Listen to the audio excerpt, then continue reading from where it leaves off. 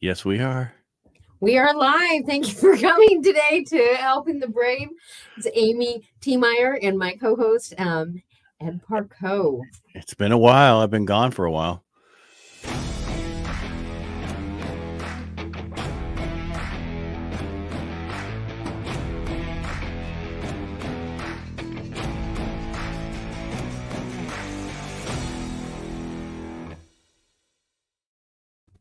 That's us. Yes, welcome back. We're going to bring our new guest. So, who's our guest, Amy? Is Mr. Gleason, and he is an Air Force veteran. He's going to tell us all about why he chose the Air Force. Yeah. Well, first of all, I love that music. All of a sudden, there's so much stuff on Facebook these days with everybody dancing to all these different musics, and so it's kind of fun. You got me driving a little bit. Yeah. So it was kind of funny. You know, I was just telling you guys, I remember in 1972, 10 years before I got out of college, my older brother came home one time and he said, I'm thinking I'm going to join the Marines. And my dad used some some nasty words, and said, like hell, my son is going to be cannon fodder. Because he had been in Korea and he'd seen the Marines attacking the beach and through World War II, through his brothers being there. So I kind of had it already that, Air Force wasn't going to be it. And my dad was in the Army. You can see a picture right over here of my dad from Korea. He was there in the Philippines when North Korea invaded South Korea on the 25th of June in 1950. And he was in all the major battles. But what got me was what I wanted to be since the fifth grade was an environmental engineer. I probably didn't know I was going to be an engineer in the fifth grade, but I wanted to work in the environment. First Earth Day in 1970. I can remember it vividly, and I always wanted to be from there on working in the environment. And as I was good at math and science through high school, engineer seemed like the right thing. Well, when I started getting out, I had no intention to join the service, but the unemployment of 1982 changed my mind. Only 15% of my graduating class at Wisconsin of civil engineers had a job 4 months after graduation, and I was in the 85%. So I started looking around for something because I didn't want to go to grad school, and the Air Force had opportunities. They do facility engineering and use environmental engineers in environmental engineering. And I jumped in, so I wanted to get 4 years of experience. And little did I know that 27 years later, I was going to retire. I stayed for a long time. So that's why I joined the Air Force.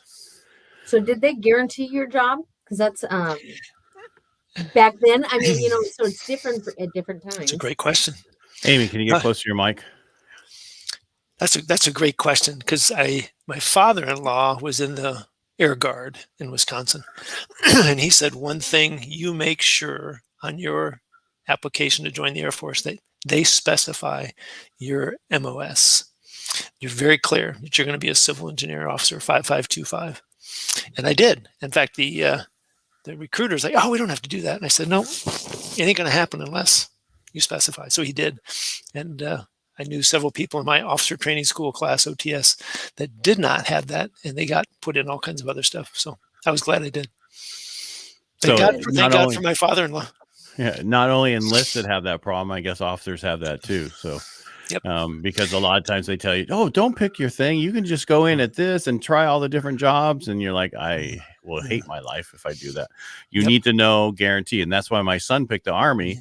He's a medic and he's airborne because they guaranteed his job. They had in writing, whatever, where the Air Force wouldn't, and he's like, what about Navy? I'm like, no, you're not going to be like me. You're not going in as a corpsman, and because you'll be stuck on a ship. I got lucky. I was stationed with the Marines. I wasn't on a ship at all. So, yeah.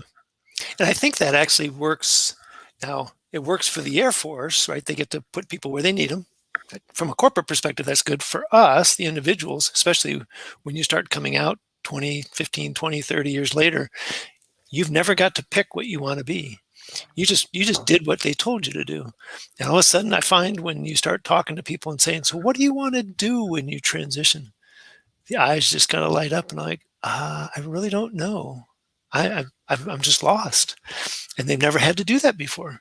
So that's one thing I've really started focusing on is helping people answer the question, what do you want to do next? But I think it stems from exactly what you were just talking about. They just put you in a job and you never got the option. I have another question, Amy. Sorry. All right. So when you were getting out after 27 years, was someone there to help you figure out what you wanted to do? Two parts to that. Yes, I had a whole bunch of mentors. I was at the Pentagon. I finally got to the Pentagon after 25 years, and I retired at 27. And I was the chief of readiness and emergency management. And there was a number of colonels who had gotten out before me, and I reached out to them and said, "Hey, can we have a lunch and let's talk about the process? What did you learn as you got out? What would you recommend?" And I was about a year out, but at the same time, I was really, since I was only going to stay 4 years, I started planning my retirement 23 years before I retired. So at 4-year point, I was going to get out. So I wrote my resume. I went to the MOA, then TROA, the Retired Officer Association. I went to their Marketing Yourself for a Second Career. I wrote my resume. I started learning about negotiation and interviews. I was lucky enough when I was competing for operations chief and civil engineer squadron commander jobs and even the staff position at USAFE over in Europe. I got to interview for those jobs. And I remember one time I called up, I wasn't on the short list for Yokota-based civil engineer, but I called him up to the group commander and I said, "Hey, I would like to interview you." And he goes, "Well, let's do it right now." So we talked for 30 minutes and I came out number 2 on the list, even though I wasn't on the short list. So I learned a lot of skills as I went through. So I think it's a combination of me really figuring out what I wanted to do. I knew I didn't want to be a design, construction, anything to. I'm not a facilities kind of guy. I didn't want to do facilities maintenance. Back to environment, I want to do environmental, and then through environmental, I got into emergency management. So I figured out what I didn't want to do, and then I jumped into what I did want to do, and I got very clear on that and started talking to those companies. So, but I did have people out there helping me. I probably did about, but not the military. I never sat down with my boss. I never sat down with any other. That's a good point. I never sat down with any other military active duty at that point. No. Yeah, that's what we. And you, when did you get out? What year? 2009. Wow. Mm-hmm. Go ahead, Amy. I know you got questions. I saw your eyes. All the So, smoke coming out. So we ask one question that also of everyone. What do you use today that you learned in the military? Wow. I'm going to flip that around. What do I not use? What do I use? Just to name a few. When I joined officer training school, again, OTS, I was probably living into my shyness. From a DISC personality, I am an SC. I don't know if that means anything to you guys, but I got it. I know it. Reserve, task-oriented.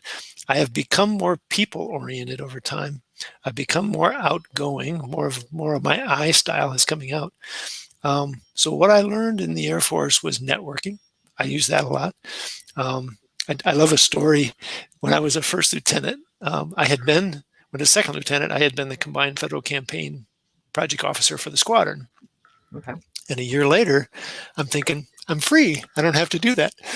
And one afternoon, like at 5 minutes to 3, and the wing staff meeting is at 3 o'clock, the group commander, so I'm a first lieutenant, just turned first lieutenant, the group commander calls me up and says, "Don, I need to know the status of the combined federal campaign. I'm walking into the wing staff. I have to report it in 5 minutes. Can you give me an update?"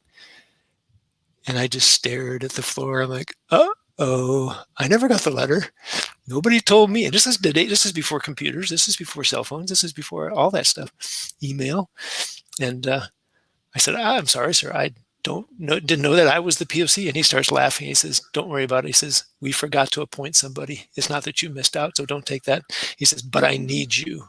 I need you because you got connections in the squadrons across the group. Can you take this on and get me to 50% contact by next Wednesday?" "What do you say?" "Yes, sir." I did that. But it was immediately picking up the phone because there was no email to turn to. You couldn't do texting. I had to rely on the old format, and it was networking. And I think a big part of my success was networking over the years. I mean, we used to have, we have what we call a Dave network when we were squadron commanders. In fact, now that same group of people who've retired and they're the facility managers at the different universities around the country, they still call it the Dave network, just because the first guy who started it was Dave. But it's networking. And I think that's probably the biggest thing that I learned, and not to be afraid of it. And I say that because so many military getting out don't like networking. And I have to stop them and say, "So how did you get to be a master, senior master, an E7, an E8, an E9, an O5? Didn't you network? Oh, see, I've networked all across the base and my functional area, but I don't like asking for a job. So in some respects, it's not any different. You're just getting to know people and seeing how you can help each other out. And once we work with them that way, it starts to break down the wall. That's probably the biggest thing I use. So is there anything that you, after getting out, said, I'm going to leave that in the military? Is there any? The rank. I don't put on my business card. I don't introduce myself as Colonel. I don't. When people say, "Hey, this is Colonel Gleason," I stop and say, "My name is Don." In fact, when I got to Booz Allen, they had put my email address as Donald, and I said, "Can we make that Don?" And they said, "Well, we don't normally do that." And I said, "I know, but can we do that? I want to be Don." So, I learned a lot of skills. I learned a lot of things from being a colonel. But I want to be back to Don again. I don't want to be defined by my position or my rank. I wanted to be defined by who I am, kind of core values wise, right? Servant, leader, those kind of things. So I think that's the biggest thing. I left the time. I no longer say it's 1600. Oh, I still do that. and the day format, I still say 12 October. Oh, I still do the day format. It's just the other thing. It's just because then too many people in my family go, huh? My wife gets it, but the kids and everybody else is just, my son will get it now, but so if I can, I was with Booz Allen and we were working on a DOE site, and I was working with a gentleman who had no military experience, and he said, "Would you stop putting the date in that format?" He just got really upset. Go ahead. No, that's fine. So all right. So how long you been in a career transition coach? When did you get into that? Because you got out in 2009. What did you do when you first got out? Did you go fishing, hunting? What was the plan? The plan didn't get executed. The plan was for my wife and I to take about 2 months and go camping. We had a pop-up camper, a Coleman. It was just going to be her and I. We were going to go out west. We might even get up to Canada. We were just going to enjoy 2 months together. And then in May of that year, my mother had a stroke. So I was retiring in July. And so we spent a couple of weeks in May and June taking care of my mom, and then brothers all alternated. And then when I retired on the 17th of July, we basically moved to Florida, took care of her, got her out of the nursing home, got her home, started doing, I call it 4-a-days, because we had speech therapy, occupational therapy, and physical therapy every day, twice. And I redid her roof. I regardened her yard, got the yard for sale, moved her to Texas, Houston, to my older brother. So that became my transition. And then I immediately started with Booz Allen on the 4th of October of 2009.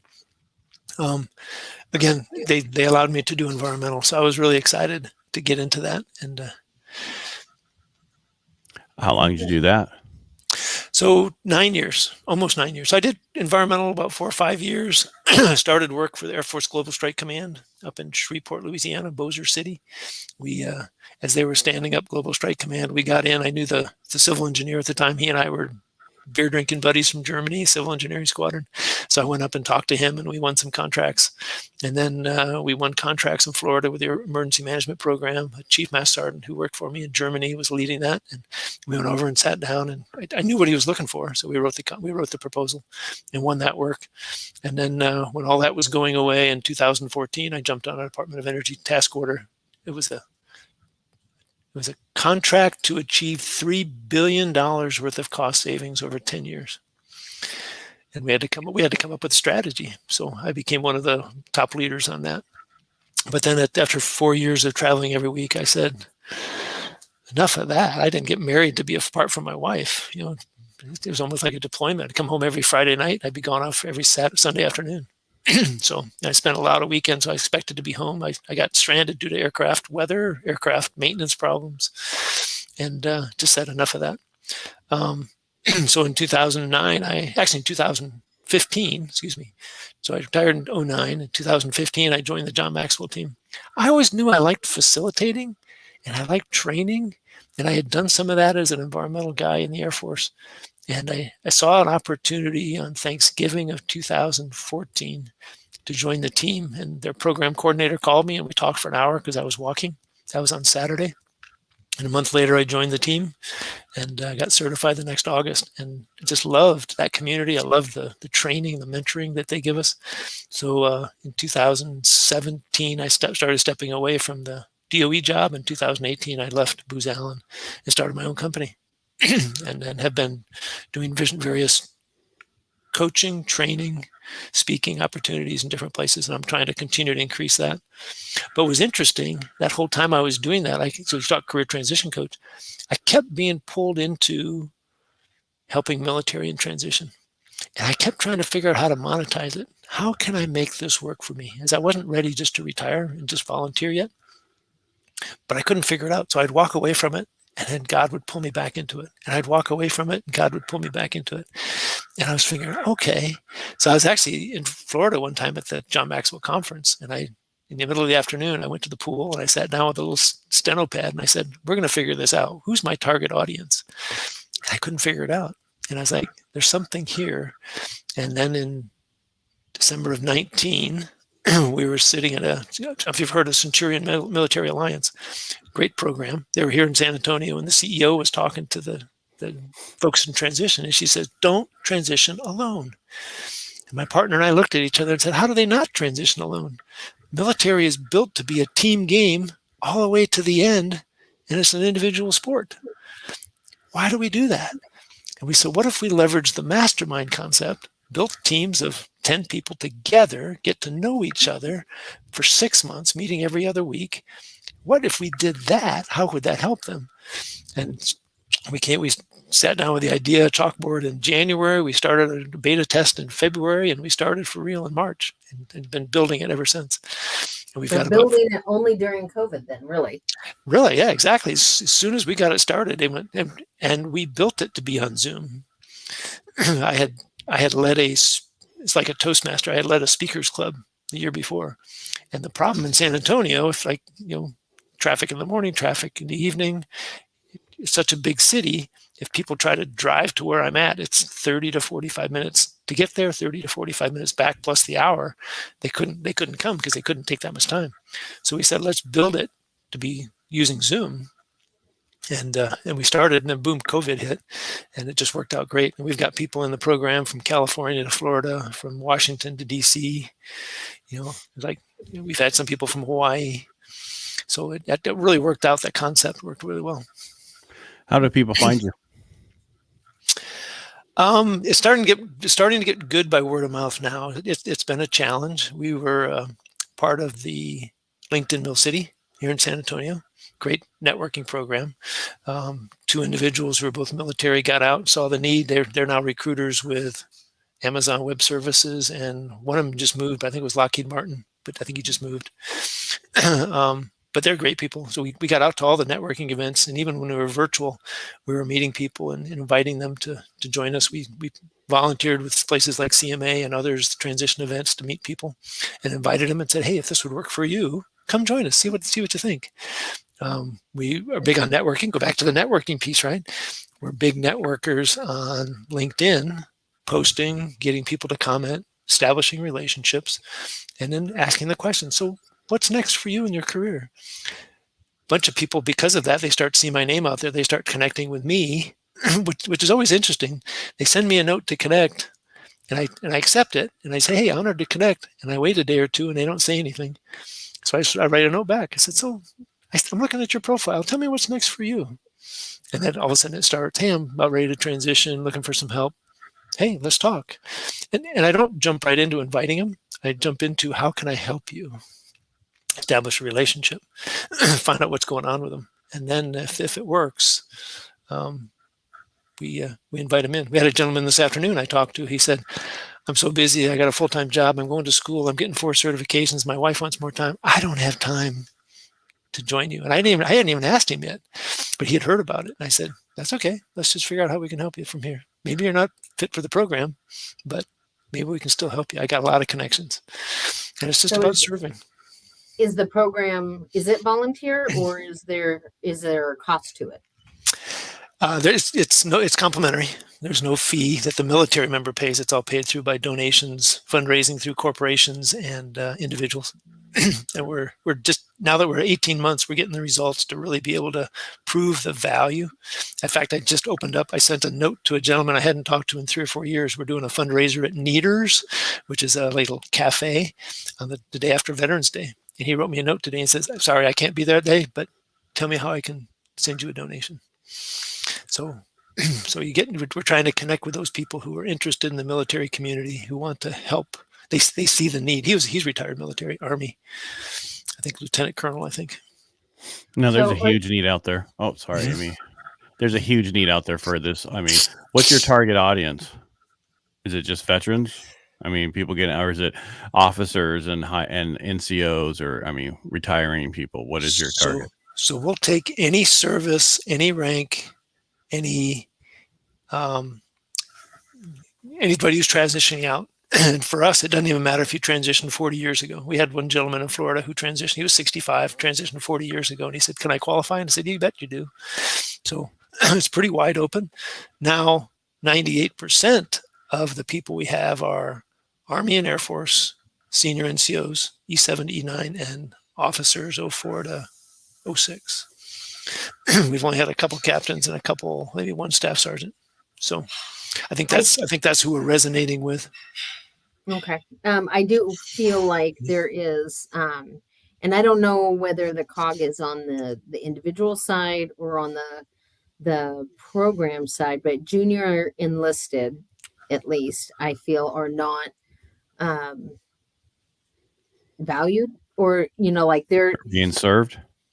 not being served very well, as far as, they're being, the speak is they need to be okay with getting a McDonald's job, because that's really where you're at. And so I think I would love to see programs do like a mastermind effect, but with a junior enlisted, in order, even if they're not necessarily going to a Boeing or a Raytheon job, for them to get the mental mindset to be able to know how to get to next steps, even, and creating those relationships. Yep. In fact, here's a funny story, a little sad in some ways, but we had a master sergeant, Army. He wrote the policy on drones for the Army. So he's an expert on drones. He went to an organization, I won't say which name. They said, the best we can see for you is a assistant manager at a Waffle House. And he's like, "No way. That's not what I'm looking for." So he's talking like $60,000 job. So we started working with him, and we kind of built him up and talked about opportunities and broke into his background. And, bless you. Bless you.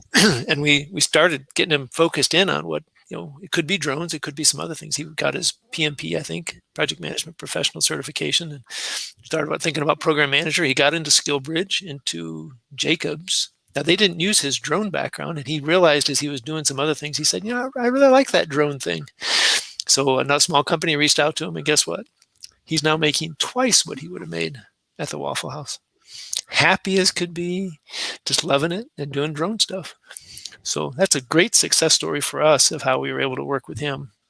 And I think the same thing could happen with junior enlisted, junior officers, because I tell you, I have met some junior officers, junior enlisted, who would do better in certain civilian jobs than their senior NCO, senior officer counterparts. Just they're that innovative, that creative. So I hate it when people limit themselves or other people limit them by their rank. Well, that's why I'm asking, how can people find you, right? That when I was asking, how do they get a hold? Oh, okay. Are you out somewhere? I mean, is there information all over the internet? I mean, where can they find you? So our webpage is www.militarytransitionroundtable.com. We have an open LinkedIn page, Military Transition Roundtable. We have a closed page also for members, but the open page, we have almost 600 people now. We've grown about 4 times in the last 3 months, 400% growth. So I'm posting almost every day out there to get the conversation going and let people know what's going on. We've got the same thing on Facebook. Military Transition Roundtable is a Facebook page. They can join. It's open.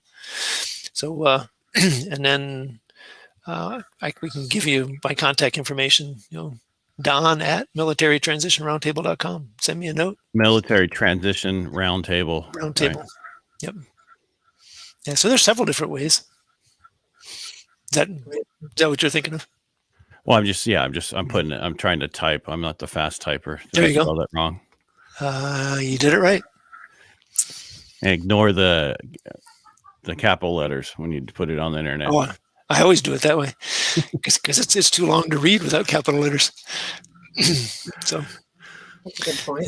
yeah. In fact, my for-profit company, Achieve New Heights, I'm working with people not in the military, but working from a career transition as well as leadership. And I have to put capitals on Achieve New Heights because it's just too long. Very good. What are you doing for the environment, since that's always been kind of like a thing through? Yeah, I've kind of stepped away from it. I'm paying attention to climate change and trying to figure that out. I'm trying to figure out what I want to do to play into that. I've kind of stepped away from it. Related was emergency management. I joined the board, the San Antonio Red Cross chapter board in 2013, and in 2019 I became the board chair. I served for a year before stepping down during COVID. So I jumped into the emergency management realm and worked that, but I've kind of stepped away from environmental, and I think a lot of the technology has kind of passed me by. I've tried to figure out if I want to go back to it, but I think serving the military and transition is that passion right now. I'm 62. I want to work another 4 to 5 years. I was talking to somebody today about Social Security, when to take it, and how to work all that piece. And I'm really financially in good shape, so I could just go camping for the next 5 years. But I think God is still pulling on my heart to serve the military, because I had a really pretty good transition. I did the right planning. I had the right mentors to talk to. What was interesting, though, is people tell me today, the economy, I can't get a job. The economy is too bad. Nobody can get a job. I said, well, you know what? I graduated college. Like I said earlier, 85% of my class didn't have a job in 4 months after graduation. Unemployment for students was 20, 30, 40, 20, 30%. I got a job with the Air Force. I got out in 2009 when the housing market imploded. Things were bad. Unemployment was bad. And I got a job with Booz Allen. So don't tell me that you can't do it. It just takes work. I don't like the word hard. It just takes work, planning, thinking, execution. Go ahead. In the state of Washington, everybody's hiring. So they couldn't say that right now. I mean, everybody, and anybody who wants a job has a job. Yeah. Might not be the job that your forever job or that you want. Yeah. But it was funny because I was out in Washington, D.C. for the AUSA convention. Mm-hmm. And my husband and I were eating lunch at this table that there were people that we didn't know there. And this one girl, she goes, well, I've worked at my job for a year, so it's time to give notice and find something new. And I'm like, like Mark and I are eating this way. And I'm like, oh my God, like I cannot imagine wanting to get a new and different job every single year. But it's a different mindset with younger generations, I think. And that brings up, you've probably heard of the Syracuse University Veteran Center study about so they did a study, released about 110-page document. Part of it that I always reference, excuse me, is they said they looked at how soon military leave their first military job, first non-military job. So it's leaving the first job after getting out of the military. And 28% leave in 6 months, 44% in 12 months, 65% in 24 months. That is something I've been thinking a lot about. And what is behind it? Why are people leaving like that? And part of it, I was at a class last week and I was speaking my keynote speech, and I asked that question, and they said they didn't have time to transition, so they just took a job knowing that they would get another job. And I had the same thing that you just said, Amy. It's hard enough to get a job. Why do it twice or 3 times or 4 times? So do it right the first time. I think sometimes people don't know what they value what values they have or what culture they operate best in. So they don't know until they get into the job and they realize this ain't it. And I'll tell you, even after 5 years at Booz Allen, 6 years, all of a sudden I was like, this is not the environment for me. It was for 5 years. Things changed, and I could tell right then this is starting to come to an end because the culture changed, the values changed, and I started kind of moving my way out. So I think understanding the values that are important to you, the culture, understand the type of role you want to do. But we spend a bunch of time in Military Transition Roundtable with the DISC assessment and what next coaching and LinkedIn, again, going through their why, getting them to really think into, when you think of that offer, what are you going to ask? And too many people say, well, I just ask questions based upon what they ask me. And I'm like, no, you need to know what's important to you. In fact, we spent one of our hours last week in our cohort on Thursday night. Somebody said, quote, how do you separate out all this stuff? I changed the last week. How do you separate out all this stuff? And I said, let's talk about it. So we started talking about what questions do you need to ask? And it's all based upon what's important to you. For me, it was about professional development. I'm a lifelong learner. So how are you going to help me advance? How do you help other people advance? Are you going to put your money where your mouth is? And Booz Allen did. And I was really excited about it. But again, 5 or 6 years in, it changed. And I lost the reason to be there, which is they weren't developing the people anymore. So I think people really got to understand that. And I think that'll drive some of that Syracuse University. In fact, I'm talking too much here, but one thing we found is people who have been in their civilian job now in our program, got out 12 to 15 months ago, got a job, they've only been leaving at a rate of 7% against the 44% in the Syracuse study. It's quite a bit of difference. So why? And we're going back to them and asking some questions now. We're submitting a grant today for the Texas Veteran Commission to get some funding to be able to do this at a bigger scale. And that's some of the questions they're asking. And so we're going back to survey them. Why are you staying? And I'll tell you, one guy came into, he graduated, he was a good buddy of mine. He came back to a cohort about 2 months ago. He said, I've been there 14 months, I'm ready to leave. We said, what's going on? He goes, I'm working 70 hours a week. This is not the work-life balance I want. I said, so what about talking to the boss? And he goes, I can't do that. I said, what about talking to the boss? Do you think he'd be open to that conversation? Do you think he wants to keep you?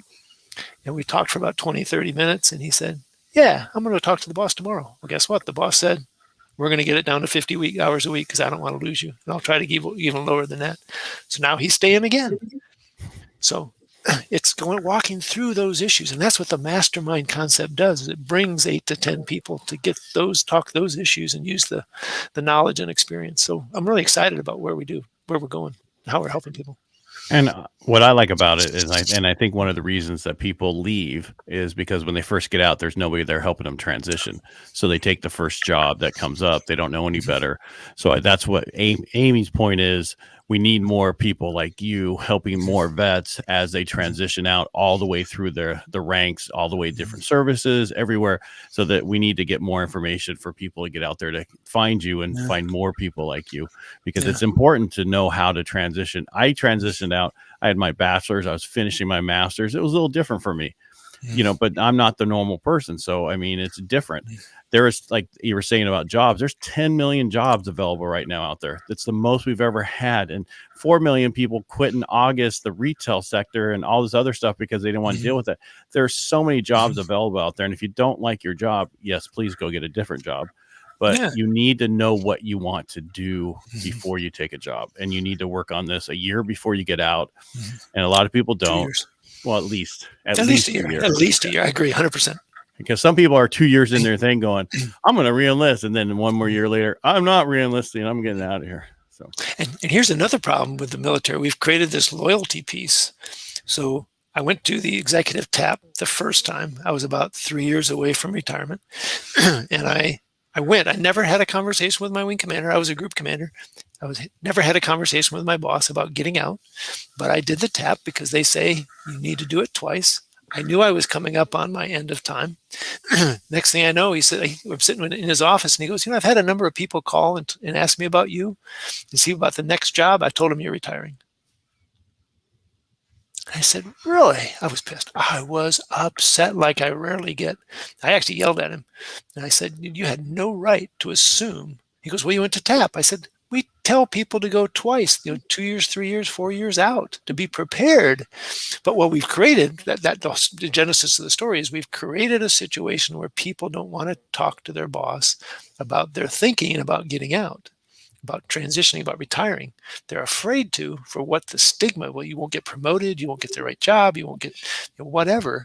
And we've created a kind of a loyalty, I'll call it that, misloyalty to the Air Force, and we're not taking care of ourselves. And I think that's got to change. I think so too. Anything else, Amy? No. Just moving everybody around. I've enjoyed our time today. I appreciate the opportunity to talk. I've enjoyed having you on because we need, like I keep saying, we need more people helping vets transition out of the military. That's what we're about. Once you take the uniform off, we want to be here for you. We want to get the word out. We'll keep you'll be on YouTube for us. We'll have that information for them to go to you. And if there's anything else, go ahead, Amy. This is your gig. Yeah. If you like what you hear and you're watching us on Facebook, definitely follow us. Thank you, Don, so much for your time and for, going back and forth with me on LinkedIn and stuff. Yeah. And thank you, everybody. Yeah, you're welcome. If I can do anything for you guys, please let me know. I'm going to be advertising the heck out of this because I'm appreciative of what you guys are doing, getting the word out. And I was on Lori Norris's podcast not too long ago, Lessons Learned for Vets, and just love what the community is doing and bringing the resources to the people to let them know they don't have to do this alone. I think that's very important. So if there's anything we can do for you, let us know. All right, we'll do that. Hey, thank you much. Oh, thank you. Stay right there, Don. All right. Thank you, everybody, for watching today. Thanks, Amy. I'll take us out.